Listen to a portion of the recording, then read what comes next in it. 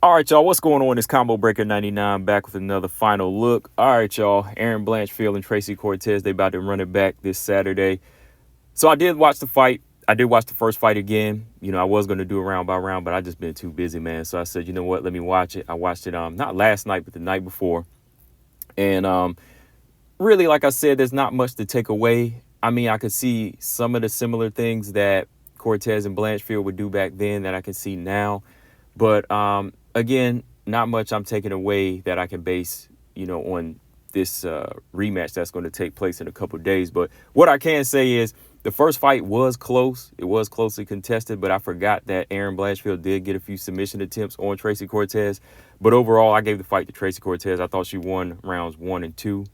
And, I thought she did it basically with, her wrestling and just her overall, like, ground control time. She was a stronger fighter in the clinch.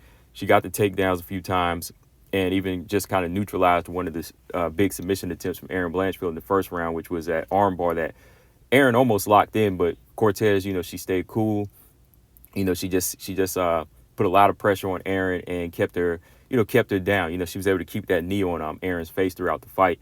But the third round, you could kind of see Tracy get a little gassed, I think. And that's where Erin started to take over with her grappling. So Erin did win that last round. Some people might have gave Erin the first round because of the submission attempt and the third round. But I just gave Erin the third round in that fight. So, yeah, I thought Cortez did win that one. But now, fast forward to now, 6 years later, I think that both of these fighters have grown. I think Erin is I'd say she's more improved. I won't say slightly improved. I think she's improved a little bit more than Tracy because of, just the activity and, just the growth throughout each fight. She's always doing something different. So going into this fight with Cortez, I think it'll be a little bit different this time. Cortez, she might have to deal with the strength of Erin this time, and she might have to deal with the long jab. I think Erin's going to slow it down in this fight and be a little bit more disciplined. So looking at Tracy Cortez first, I think what she'll need to do is keep control of the center. I think she needs to stay away from the cage and not give Erin that chance to clinch her up. I know Erin was getting a little bit out-muscled in the first fight, but she was only 19 then. She's getting stronger. So that's not really a place I'd want to see Tracy in this fight because Erin was actually clinching up Tyler Santos a lot in that fight. And, she was able to get Rose down a few times and outstrength Rose. So I think Erin is stronger. So I think for Tracy this time, if she has to wrestle, I think she needs to keep it in the center and use a lot of dirty boxing, just to kind of wear Erin down and then get right back to, what she's doing is controlling the center of the octagon. So I think a lot of crisp combinations from Tracy Cortez is going to be key. Get off first, land the crisp combinations like she did against Jazzy, and circle. Never go straight back against Erin because Erin likes to, shoot straight in, whether she's trying to shoot for a takedown or throw those 1-2s. She'll try to back Tracy up and get her to the cage, clinch her up, and maybe trip and take her down or just wear her down and get her down and try to submit her. So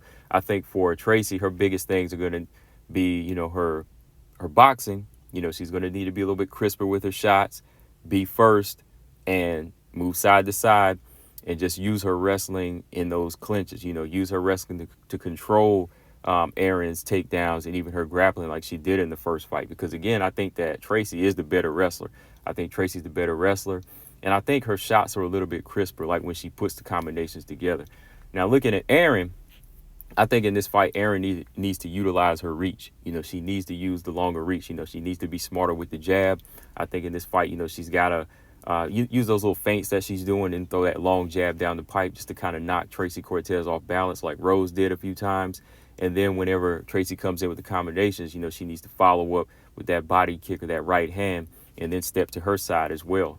So I need to see Erin not going straight forward in this fight because if she goes straight forward, she's going to get hit with combinations just like Manon did to her. So even Rose did a few times in their rounds. She got countered a few times. So she might get hit with a left hook. So she's going to have to move side to side herself. So I think for Erin, build up to momentum with the jab and then start using those leg kicks and then follow up with those mid-range kicks, like push kicks to Tracy Cortez's midsection and then surprise her with a head kick. That's the one thing we forget about Erin. I think, Erin has a really good I think she has a really good ability to mix up shots. Like she gets a little sloppy sometimes and a little anxious, but her form is solid to me. Like, the way she'll throw a head kick off a jab or right hand, like she can get her legs up there now. Like some people think, she's out of shape, but no, Erin's like very flexible and athletic. Like she can move like that and she can get those head kicks off. So I think before Erin gets into any kind of serious clinch work, she's going to have to build off a jab and kind of,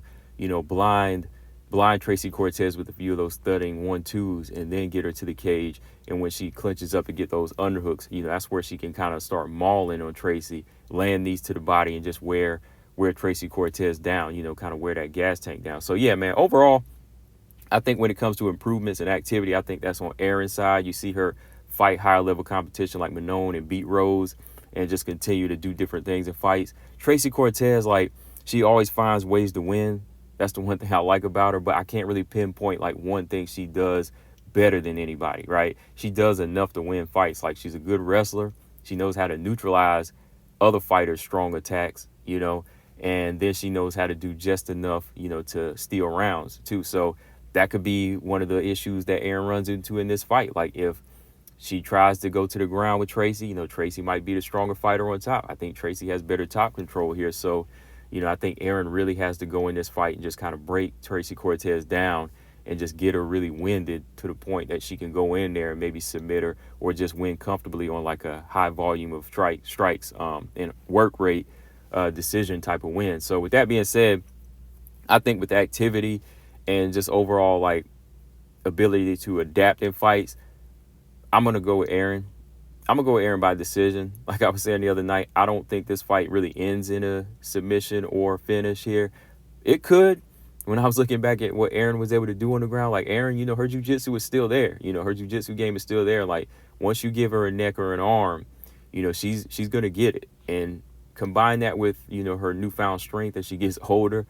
Like I wouldn't be surprised if she got on Tracy Cortez's back. But if she did, I know Tracy knows how to defend submissions. Like she has really good submission defense. But I think with the busier fighter here, just the overall improvements in activity, I'm gonna go with Erin Blanchfield by a close decision again. I really wouldn't be surprised though, like if Tracy was able to steal like a split decision, with like some combination punching here, just crisp boxing. If she's learned from the first fight and she's able to keep Erin at a distance with combinations, it could be a long night for Erin there because these two kind of match up physically. They do kind of match up physically, but I got to go with the fighter that's staying busier and just keeps on improving and has a little bit of a higher IQ to step out of the box at times. So that's what I got, y'all. I'm going to go with Erin by decision. Combo Breaker 99. I'm out. Subscribe. Peace.